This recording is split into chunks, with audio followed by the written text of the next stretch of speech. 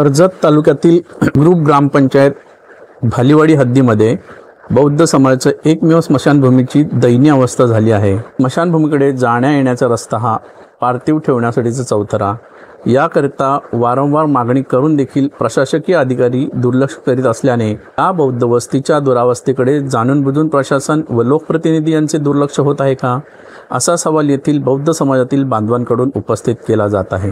भालीवाडी ग्रामपंचायत हद्दीमध्ये साधारण 15 ते 20 घरांची वस्ती आहे। या वस्तीकरता एकमेव अशी स्वतंत्र स्मशानभूमी आहे। मात्र ही स्मशानभूमी दगडाचा पाया, खुल्या जागेवर 6 लोखंडी पोलचे सरण उभे आहेत। तर या सरणावर मोकळे आकाश असून साधी पत्र्याची शेडसुद्धा व्यवस्था केलेली नाही आहे। भर पावसात येथे पार्थिवावर अंत्यविधी करण्यासाठी जाताना येथील बांधवांना मात्र पायवाट शोधत स्मशानभूमीपर्यंत जावे लागते। या स्मशानभूमीला पत्र्याची शेड नसल्याने मात्र जणू काय निसर्गनिर्मित मोकळ्या आकाशाच्या शेडखाली अंत्यसंस्कार करण्याची वेळ येते। स्मशानभूमीत पार्थिव ठेवण्यासाठी साधा चौथरा देखील नसल्याने गवतामध्ये पार्थिव ठेवून धार्मिक विधी पार पाडण्याची वेळ येते।